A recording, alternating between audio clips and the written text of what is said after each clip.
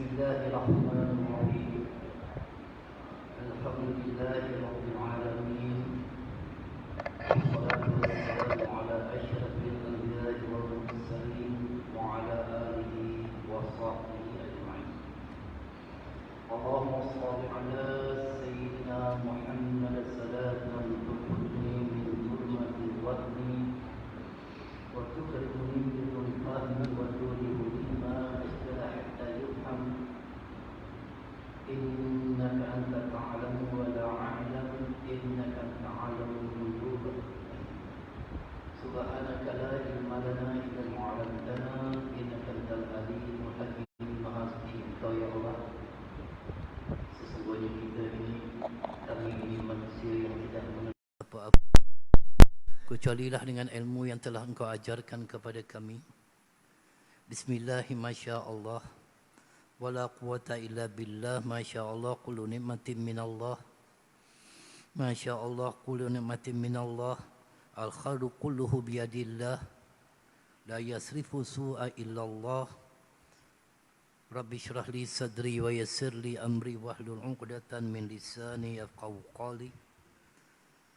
Allahumma yassir wa la tu'assir bitanbin bil khair wa la hawla wa la quwata illa billahil 'aliyyil 'azim. Amma ba'du. Yang saya muliakan Tuan Imam, Tuan Muazzin, Nazir Masjid Al-Akram beserta dengan ahli jawatan kuasanya. Seterusnya tuan-tuan dan puan-puan yang dirahmati Allah Subhanahu wa taala. Mudah-mudahan kehadiran tuan-tuan dan puan-puan di rumah Allah ini pada waktu pagi ini akan mengangkat darjat tuan-tuan, kerana Allah Subhanahu wa taala menyebutkan yarfa'illahu alladhina amanu minkum walladhina utul ilmi darajat. Allah akan mengangkat darjat orang itu daripada kamu, dan orang-orang yang diberi kefahaman ilmunya akan beberapa darjat. Maka dengan itulah kedatangan kita ke rumah Allah Subhanahu wa taala ini adalah bertetapan dengan apa yang telah ditetapkan ataupun telah disabdakan oleh Sayyidina Rasulullah sallallahu alaihi wasallam, habbul biladi ila Allah masajiduha wa abghadul biladi ila Allah iswaquha. Bahagian negeri yang paling Allah cintai adalah masjid-masjidnya, dan bahagian negeri yang paling Allah benci adalah pasar-pasarnya. Mudah-mudahan senantiasa Allah itu melorongkan kita ke jalannya untuk kita terus datang ke rumah Allah sebelum kita melangkahkan ke pasar. Yang sini kalau pasar yang paling dekat ialah Pasar Keramat. Kerana kita berada di rumah Allah sebagaimana yang disebutkan, rumahku kata Allah di muka bumi ialah masjid-masjid. Alhamdulillah. Laksanakan solat subuh secara berjamaah sebagaimana Rasulullah sallallahu alaihi wasallam menyebutkan, man shalla isya'i fi jama'atin nisfil lail wa man shalla subha fi jama'atin fa ka'annama shalla al-laili kullah. Sesiapa yang mendirikan solat isyak secara berjemaah, maka seolah-olah dia telah mendirikan solat sunat separuh malam. Dan barang siapa yang mendirikan solat subuh secara pun mendirikan solat sunat sepenuh malam. Inilah janjian daripada baginda Nabi sallallahu alaihi wasallam. Perbicaraan di dalam kita membacakan kitab yang telah dikarang oleh salah seorang ulama besar, Al-Imam Al-Habib Abdullah bin Alawi Al-Haddad rahimahullah ta'ala, iaitu adab perdekatan diri kepada Allah Subhanahu wa taala. Izinkan kita bertaaruf terlebih dahulu. Adapun afakir ilallah, saya yang hina di sisi Allah, bernama Muhammad Hanif bin Haji Muhammad Saleh, asal Negeri Sembilan, tetapi telah menetap di Kuala Lumpur, Desa Pandan begitu lama, menjadi seorang penceramah tenaga pengajar di masjid-masjid Lembah Kelang dan juga Negeri Sembilan hampir 20 tahun lamanya. Dan ini adalah kali pertama saya berada di masjid yang begitu mulia ini. Kalau sebelum PKP dulu pernah juga singgah solat asar, pernah juga solat Jumaat di sini. Tetapi inilah peluang yang diberikan oleh Tuan Haji Yusof semalam yang telefon saya untuk saya hadir untuk menyampaikan sedikit ataupun berkongsi ilmu. Moga-moga dengan perkongsian yang kita dapat pada pagi ini akan dapat kita bawa balik ke rumah kita dalam keadaan kita itu diampunkan oleh Allah Subhanahu Wa Taala kerana kita itu melakukan satu perbuatan ataupun satu hijrah yang kita hampir kepada awal Muharram nanti, iaitu penghijrahan daripada tahun ke tahun yang baru. Maka dengan itu kita juga hendak satukan hijrah untuk mendapatkan ilmu dalam kita melakukan amal ubudiyah kita kepada Allah Subhanahu Wa Taala. Kerana pentingnya untuk kita mengambil ilmu ini, kerana Syekh Ruslan di dalam matan bersubat menyebutkan faman bighairi ilmi ya'malu fa'amaluhu mardudatun la tuqbalu. Barang siapa yang beramal tanpa ilmu, maka amalan itu ditolak oleh Allah Subhanahu Wa Taala. Alhamdulillah. Baik. Pertama-tamanya, apabila kita masuk ke dalam rumah Allah pada hari ini, di dalam kekangan COVID-19, kita diperintahkan untuk mematuhi SOP yang telah digariskan dengan memakai masknya, dengan menggunakan hand sanitizer-nya, dengan menyukat suhu badan kita, dengan mendaftar terlebih dahulu. Itu di antara yang telah ditetapkan. Bagaimana ketetapan Allah? Ketetapan baginda Nabi SAW. Apabila kita masuk ke dalam rumah Allah, ini juga perlu kepada adab-adab yang diajar oleh baginda Nabi SAW. Sehingga kan Rasulullah SAW menyebutkan la takhiran minal ma'rufi syai'a. Janganlah kalian meremehkan kebaikan sekecil apapun. Sekecil apapun perbuatan kita yang kita masuk ke dalam rumah Allah dengan mendahulukan kaki kanan, dengan berdoa minta rahmat daripada Allah, dengan keluar kita dengan kaki kiri, semuanya adalah adab-adab yang telah diajar oleh baginda Nabi SAW.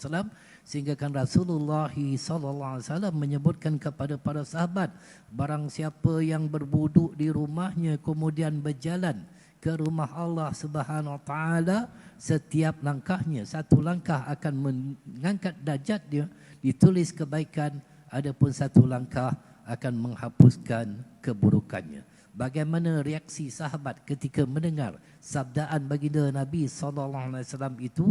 Kerana kasihnya sahabat-sahabat kepada Rasulullah SAW, maka mereka itu melangkah dengan langkah-langkah yang kecil agar memperbanyakkan langkah untuk mendapatkan darjat yang telah dijanjikan oleh baginda Nabi SAW. Itu sahabat, kerana adanya keyakinan. Maka perlulah kita ada keyakinan dalam melakukan ketaatan kepada Allah Subhanahu Wa Taala. Seumpama kita duduk selepas daripada salat subuh, sebagaimana hadis menyebutkan, innalladzi yaqudu fi musallata yazkurullah ba'da salati subhi asyra'u fi tahsilir rizqi minalladzi yadribu fil afan. Sesungguhnya orang yang duduk di tempat sembahyangnya mengingati Allah selepas subuhnya akan mempercepatkan mendapat rezeki berbanding orang yang musafir di segenap ufuk. Maka dengan itulah apabila kita duduk selepas daripada solat subuh dengan zikirnya, dengan menuntut ilmunya, ini merupakan satu jalan untuk kita zikrullah, mengingati kepada Allah. Man shalla ghadata fi jama'ati summa qa'adai zakrullahu hatta. Barang siapa solat subuh berjemaah, kemudian duduk berzikir kepada Allah sehingga naik matahari dan mengerjakan 2 rakaat, maka baginya pahala seperti pahala haji dan umrah yang sempurna, yang sempurna, yang sempurna. Yang pernah satu hadis yang disebut oleh baginda Nabi SAW. Itu sebab sebelum PKP itu cerita pengalaman sedikit tuan-tuan dan puan-puan. Saya ketika sebelum PKP banyak solat subuh saya di Kampung Pandan. Kemudian kita akan adakan majlis di Surau Al-Falah Taman Cempaka, yang mana saya menubuhkan satu kumpulan yang saya namakan kumpulan itu kumpulan Nurul Zikra. Kumpulan Nurul Zikra iaitu cahaya zikra, cahaya zikir. Untuk terutamanya orang-orang yang tidak bekerja. Bermula daripada hari Isnin sampai hari Jumaat, selepas subuh kita akan baca surah Yasin terlebih dahulu. Kemudian kita membaca tahlil khusus, yang mana tahlil khusus ini la ilaha illallah Muhammad Rasulullah fi kulli lamhatin wa nafasin adada ma wasi'ahu ilmullah.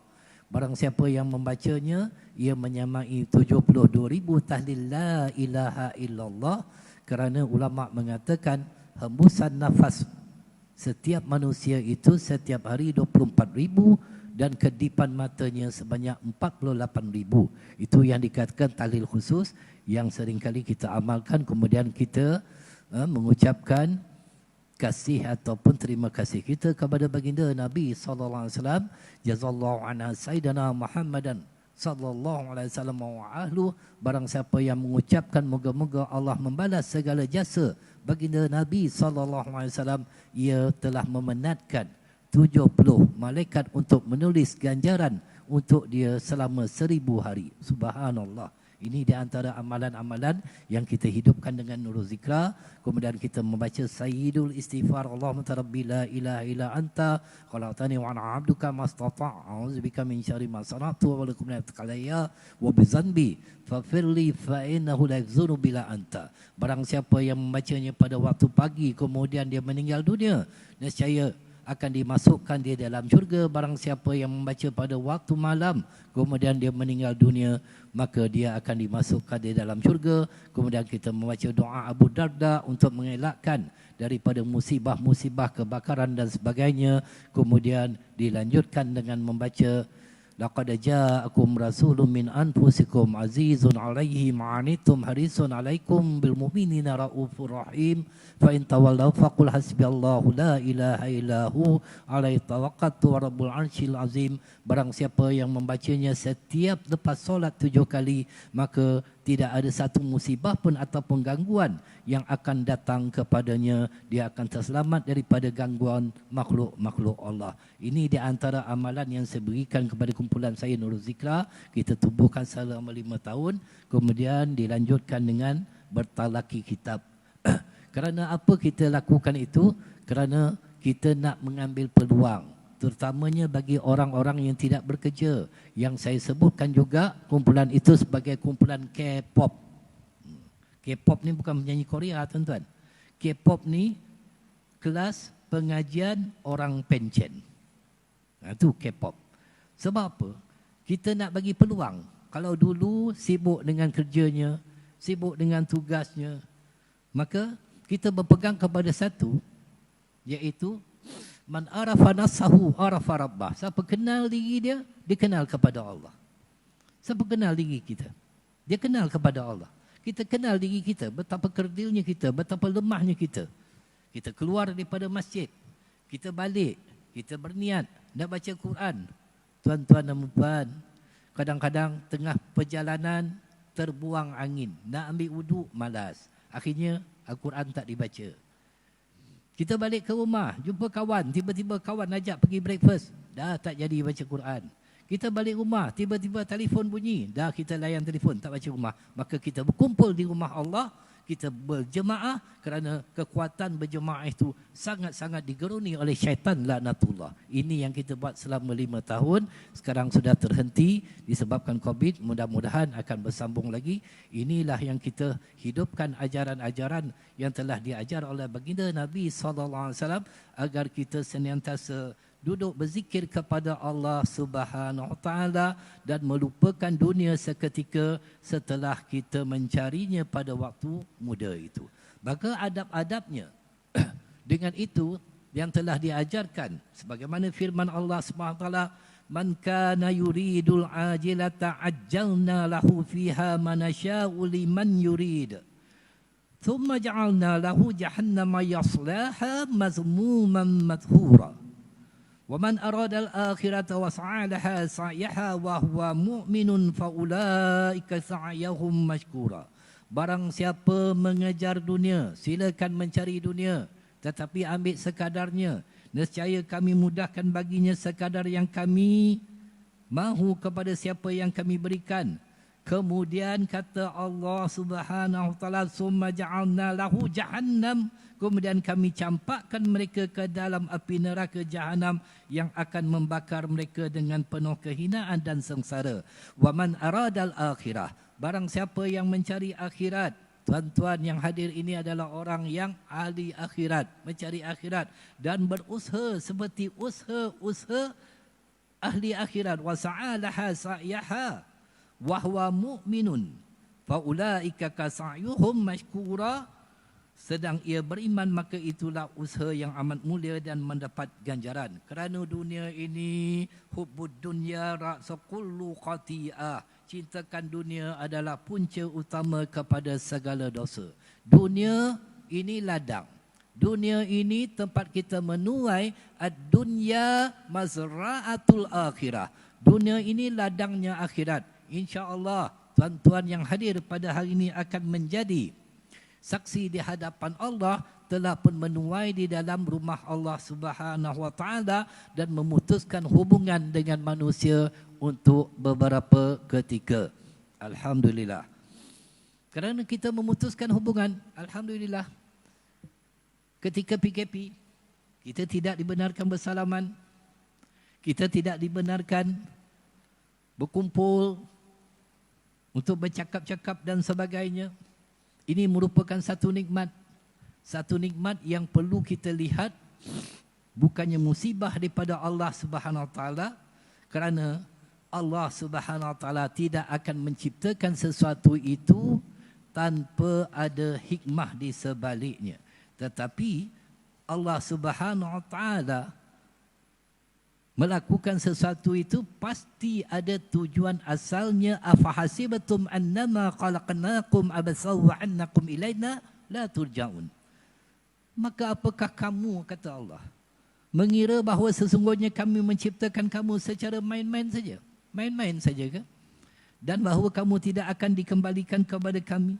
Maka dengan itulah sebagaimana yang disebut oleh Said Ahmad Idris Al-Hasani di dalam satu kata-katanya, ala qadril infisali yasulu lakal itisalu, sekadar mana kamu memutuskan hubungan kamu dengan makhluk, semakin dekat hubungan kamu dengan Allah.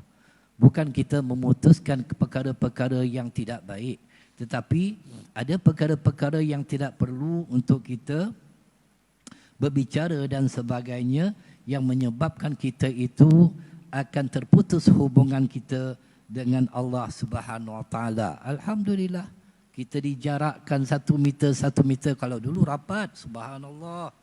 Dulu rapat tuan-tuan, sana sembang sini, sembang sana, sembang rapat. Yang sana cerita buahnya, yang sana cerita anaknya, yang sana cerita keretanya. Tapi kali ini dah renggang, tak boleh rapat lagi.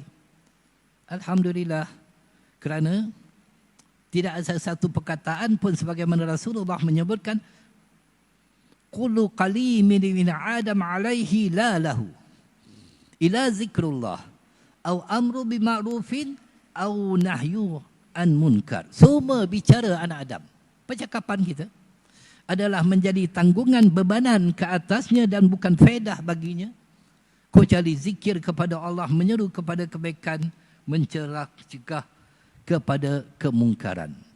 Ini alhamdulillah. Sebagaimana kita takut kalau ucapan-ucapan kita itu tidak mendapat redanya Allah, mal yalfizu min qaulin illa ladaihi raqibun atid. Tidaklah seorang mengucapkan satu perkataan melainkan di sisinya ada malaikat raqib yang menulis amal kebajikan dan malaikat atid yang menulis amal kejahatan. Yang kita katakan itu akan dicatat oleh petugas yang senantiasa mengawasi kita. Kita takut dengan petugas-petugas yang menjaga kita ketika kita tidak melaksanakan SOP. Kalau di pasar-pasar tempat yang sesak, kalau pakai macam ni, InsyaAllah, demi Allah, kena saman 1000. Sebab tak betul pakai. Maka adab kita dengan Rasulullah SAW, dengan Allah SWT, lebih lagi untuk kita jaga. Kerana apabila kita itu menghadap kepada Allah Subhanahu Wa Taala, Allah senantiasa melihat perbuatan kita. Allah Subhanahu Wa Taala senantiasa memerhatikan kita, dan kita itu akan dicatat apa saja perbuatan kita. Kita tidak akan lepas daripada pandangan Allah Subhanahu Wa Taala. Rasulullah menyebutkan, iza qamal abdu fi salati aqbalallahu alaih. Apabila seorang bangkit untuk menunaikan sembahyang, maka Allah akan menghadapnya. Takut tak tuan-tuan? Saya tanyalah abang yang baju biru bang, ataupun abang yang baju hijau, abang kerja bang? Saya suka berinteraksi dengan jemaah bila bercakap. Abang kerja? Abang bila buat kerja, bos tengok abang buat kerja, agak-agak abang selesa tak bang? Selesa tak? Bos asyik tengok abang buat kerja, betul tak betul? Selesa tak? Sekarang abang buat kerja sembahyang bang, Allah depan tengok, agak-agak selesa tak? Takut tak? Itu sebab Sayyidina Ali karamallahi wajhah, apabila berdiri di saf, menggigil dia. Ditanya oleh sahabat, ya Ali, kenapa sampai menggigil? Dia mengatakan, aku takut kalau aku tidak dapat menyempurnakan amanah di hadapan Allah SWT, kerana yakin keberadaan Allah di hadapan ketika dia semayang. Maka semayang kita yang pertama sekali akan dihisap oleh Allah SWT. Jaga perilaku semayang kita. Jaga setiap rukun di dalam sembahyang kita sebagaimana yang diajar oleh baginda Nabi SAW. Sallu kama ra'aitumuni usalli. Bersolatlah kamu sebagaimana kamu melihat aku bersolat. Kita tak pernah melihat bagaimana Rasulullah SAW sembahyang. Maka dilihat oleh para sahabat. Kemudian datang pula tabi'in. Tabi'in iaitu mereka yang tak bertemu dengan Rasulullah tetapi bertemu dengan sahabat, mengambil ilmu daripada sahabat melalui jarul yang mereka melihat kepada Rasulullah. Kemudian dilihat oleh tabi'in yang tak bertemu dengan sahabat, bertemu dengan tabi'in, sampailah kepada para ulama kita. Akhirnya para ulama kita mengarang beberapa kitab, baik dengan kitab Muniatul Musallinya, baik dengan kitab Fathul Mu'innya, baik dengan kitab Bidatul Hidayahnya, dan berbagai-bagai kitab lagi, Minhajul Talibinnya, yang nak menunjukkan cara-cara yang dilakukan oleh baginda Nabi SAW di dalam melakukan ubudiyah kepada Allah. Kerana Rasulullah itulah adalah contoh ikutan kita. Laqad kana lakum fi Rasulillahi uswatun hasanah. Sesungguhnya adalah bagi kamu Rasulullah sebagai contoh yang terbaik. Wa may yuti'ir rasul faqad ata Allah. Dan barang siapa yang taat setia kepada Rasulullah, maka dia taat kepada Allah. Baik. Kita yang pertama sekali solat. Subhanallah. Solat inilah yang akan pertama sekali akan menjadi tanggungan kepada kita, bebanan kepada kita di akhirat nanti. Agar kita itu dapat melakukan sebaik mungkin di hadapan Rabbul Jalil. Kerana setiap ibadat kita itu kalau kita tidak melakukan dengan sebaik mungkin, kita takut dengan sabdaan Rasulullah, kam min qa'imin qattuhu min salatihi taba'hu wan nasabu. Ramai sekali yang mengerjakan solat tetapi bahagian yang dia perolehi dari sembahyangnya hanyalah penat dan letih saja. Penat sembahyang, angkat takbir, rukuk, sujud, nanti bangun lagi. Tambah kalau imam pula baca panjang. Tadi imam baca tak panjang. Cuma surah Ad-Duha dengan surah Al-Insyirah. 2 surah Nabi SAW. Subhanallah. Allah menganugerahkan tuan imam kita dengan suara yang baik. Fa'amma bini'mati rabbika fahaddis. Adapun nikmat-nikmat yang Allah bagi kepada kamu, hendaklah kamu zahirkan. Tuan imam telah menzahirkan suaranya, anugerah daripada Allah Subhanahu Wa Taala, membaca 2 surah Nabi yang dicintai oleh baginda Nabi SAW. Maka dengan itu solat inilah yang akan menentukan kebaikan kita di akhirat. Man lam tahu salatuhu anil fasyahi wal munkari lam yazdad minallahi illa bu'da. Barang siapa solatnya tidak dapat mencegah dari perbuatan keji dan mungkar, maka itu akan bertambah jauh dari Allah. Semayang, tapi KTM pergi. Tahu tuan-tuan KTM apa? Tahu? Kuda Toto Magnum. Semayang, tapi rajin pergi KTM. Macam mana? Perbuatan keji tetap dilakukan. Maka dia bertambah jauh daripada Allah Subhanahu Wa Taala. Maka perbetulkan ibadat solat kita. Kerana solat inilah yang menjadi jaminan kita dengan takbirnya yang diajar oleh baginda Nabi SAW. Itu sebab saya bukakan hadis la takhiran minal ma'rufi syai'a. Janganlah kalian meremehkan kebaikan sekecil apapun. Sekecil apapun. Baik dengan mengangkat takbirnya, dengan menghadap kedua-dua tangan ke arah kiblat baginda Nabi SAW. Allah dengan merenggangkan keseluruhan jari jemari. Dua ibu jari hampir kepada cuping telinga, direnggangkan, ditundukkan jari jemari. Allahu Akbar. Bukannya solat dengan menghadap ke arah telinga. Ini ramai yang solat kadang-kadang Allahu Akbar. Solat biar betul-betul menghadap Allah. Allahu Akbar. Dalam mazhab kita Rasulullah SAW meletakkan tangannya pada al-quf, iaitu pada pergelangan tangan, digenggam pergelangan tangan itu. Kemudian rukuknya semua disempurnakan oleh baginda Nabi SAW dengan duduk iftirashnya, duduk tawaruknya dengan menegakkan kaki kanan. Hikmah kenapa Rasulullah menegakkan kaki yang kanan? Agar terpaling ataupun agar setiap jari jemari daripada kaki itu akan menghadap ke arah kiblat. Itu sebab Rasulullah menegakkannya. Ini yang diajar oleh baginda Nabi SAW. Walaupun nampak remeh, tetapi itu adalah ajaran daripada Rasulullah SAW. Maka solat ini akan terisi dengan zikir. Solat ini akan terisi dengan sesuatu yang tidak memutuskannya. Itu sebab diajar untuk kita berzikir banyak-banyak. Kalau baru-baru ni kita pada hari Arafah, subhanallah, kita berada pada hari Arafah walaupun ramai yang tidak berpeluang dapat mengerjakan haji pada tahun ini. Sehingga Rasulullah SAW menyebutkan di dalam hadis, di antara doaku dan doa para nabi pada hari Arafah ialah la ilaha illallah wa la syarikalah. Lahu mulku wa lahul hamdu yuhyi wa ala kulli syai'in qadir.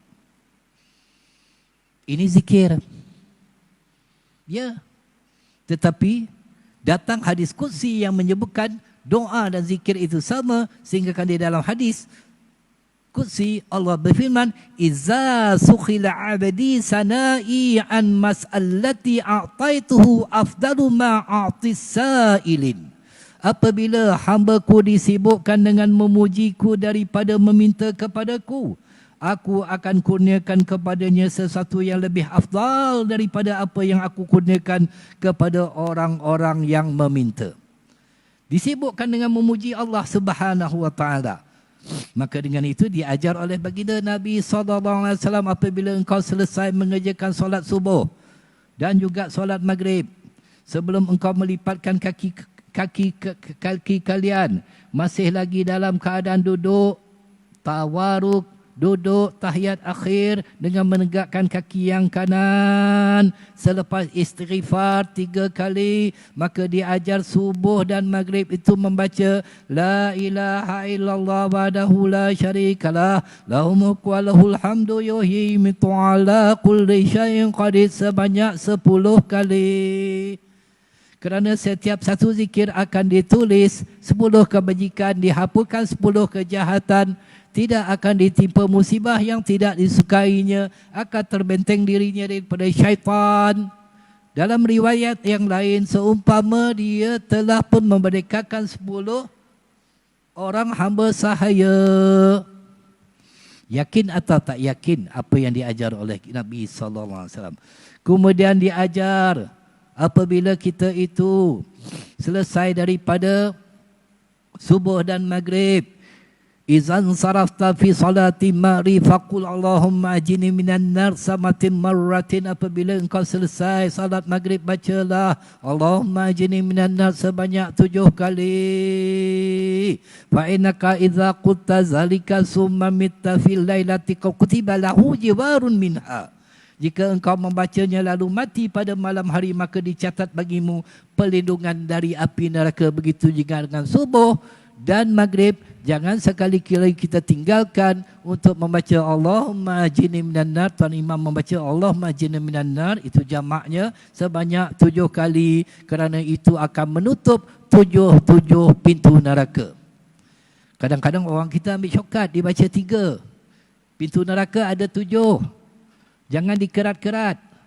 Apabila dibaca 7, tertutup 7 pintu neraka. Kalau baca 3, 4 lagi masih terbuka, siapa nak tolong tutup? Faham, keyakinan yang dibawa oleh baginda Nabi SAW.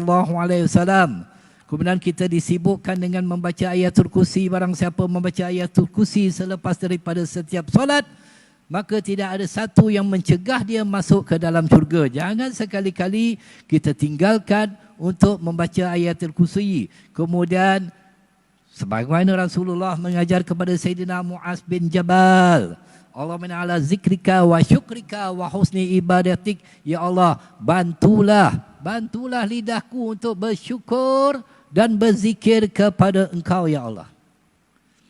Jadi kalau orang yang tidak berzikir itu tidak dibantu oleh Allah. Ini yang kita takut. Kalau Allah kakukan, tidak mampu kita untuk berzikir di saat orang berzikir, ketika itu dengan zikir Subhanallah 33 kali setiap kali lepas solat.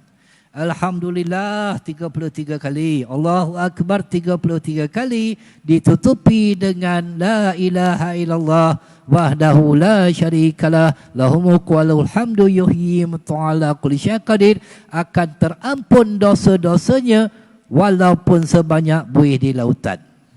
Pernah Rasulullah bertanya kepada sahabat, ama yastati'u ahadukum an ya'malu kull yaumin misla Uhudin amala. Tidakkah kalian boleh beramal sebesar gunung Uhud? Gunung Uhud besar. Tak boleh ke beramal dengan gunung Uhud? Ya Rasulullah, tanya sahabat. Wa man yastati'u an ya'mala kull yaumin misla Uhud. Bagaimana kami nak beramal sebesar gunung Uhud? Banyak tu Rasulullah. Mana mampu kita? Kita kalau nak dapatkan gunung Uhud, kita kena hadir solat jenazah. Itu dapat 1 kirat. Pergi hantar ke kubur, dapat 1 kirat lagi. Dapat 2 Uhud. Maka Rasulullah mengatakan, kullukum yastati'u. Kalian sanggup melakukan. Ya Rasulullah, madza? Macam mana Rasulullah nak buat ni? Besar ni. Beramal dengan gunung Uhud. Maka Rasulullah mengatakan, Subhanallah yang azama min Uhud. Mengucapkan subhanallah itu sebesar gunung Uhud. La ilaha illallah azama min Uhud. Alhamdulillah azamu min Uhud. Allahu Akbar azamu min Uhud. Mengucapkan subhanallah, la ilaha illallah, alhamdulillah, Allahu Akbar sebesar gunung Uhud. Tak nak ke? Itu sebab kadang-kadang kita kesal. Subhanallah. Rugi kalau kita tidak beramal. Kalau pada waktu hari raya Aidil Adha yang baru-baru ni kan jatuh pada hari Jumaat, kita hadir di masjid untuk melaksanakan solat hari raya Aidil Adha. Aidil Adha takbirnya lama sikit. Kemudian setiap daripada solat fardu kita membaca takbir. Allahu Akbar, Allahu Akbar, Allahu Akbar. La ilaha illallah, wallahu Akbar. Allahu Akbar walillahil hamd. Itu hari Jumaat itu hari. Semua masjid baca. Kemudian imam baca, jemaah ikut. Nanti imam baca, jemaah ikut lagi. Sampai 3 kali. Subhanallah. Panjang tak panjang? Panjang. Tetapi kenapa kita tinggalkan? Subhanallah 33 kali.